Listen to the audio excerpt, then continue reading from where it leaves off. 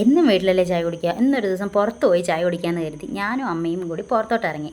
ഇതാണ് ഞങ്ങളുടെ നാട് തത്തമംഗലം.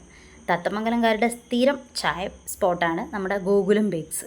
അവിടെയാണ് ഇന്ന് പോയി ചായ കുടിക്കാമെന്ന് കരുതിയത്. ഗോകുലം ബേക്കറി വന്നതോടുകൂടി അതിൻ്റെ ഓപ്പോസിറ്റുള്ള സ്ഥലങ്ങളെല്ലാം ഒരുപാട് ചെറിയ ചെറിയ ഷോപ്പുകൾ കൊണ്ട് നിറഞ്ഞു. അപ്പോൾ ഇത് ഞങ്ങളുടെ തത്തമംഗലത്തുകാരുടെ ഒരു അവിഭാജ്യമായ ഒരു ഘടകമാണെന്ന് പറയാം. ഞങ്ങൾ ടീച്ചേഴ്സായാലും പിന്നെ അതുപോലെ സ്റ്റുഡൻസ്, പലതരം ആൾക്കാർ, എല്ലാവരും ട്രാവലേഴ്സ് എല്ലാവരും വന്നിട്ട് ഇവിടെ ഇരുന്ന് ചായ കുടിക്കാറുണ്ട്, സ്നാക്സ് കഴിക്കാറുണ്ട്, പലതരം ഡിസ്കഷൻസ് നടത്താറുണ്ട്.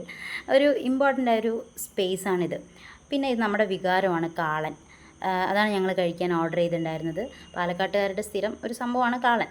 പിന്നെ ചായ വന്നു, കാപ്പി വന്നു. ഞങ്ങൾ ചായയും കാപ്പിയൊക്കെ കുടിച്ചു. പിന്നെ കൂടാതെ ഒരു ജ്യൂസും കൂടി ഓർഡർ ചെയ്തിട്ടുണ്ടായിരുന്നു. അങ്ങനെ ഒരു ജ്യൂസും കൂടി കുടിച്ച് ഇന്നത്തെ ഡിന്നർ കംപ്ലീറ്റ് ചെയ്യാമെന്ന് വിചാരിച്ചു. അങ്ങനെ ഞങ്ങൾ അതെല്ലാം കഴിഞ്ഞ് വീട്ടിലേക്ക് പോവാണ്. Bye, thanks for watching.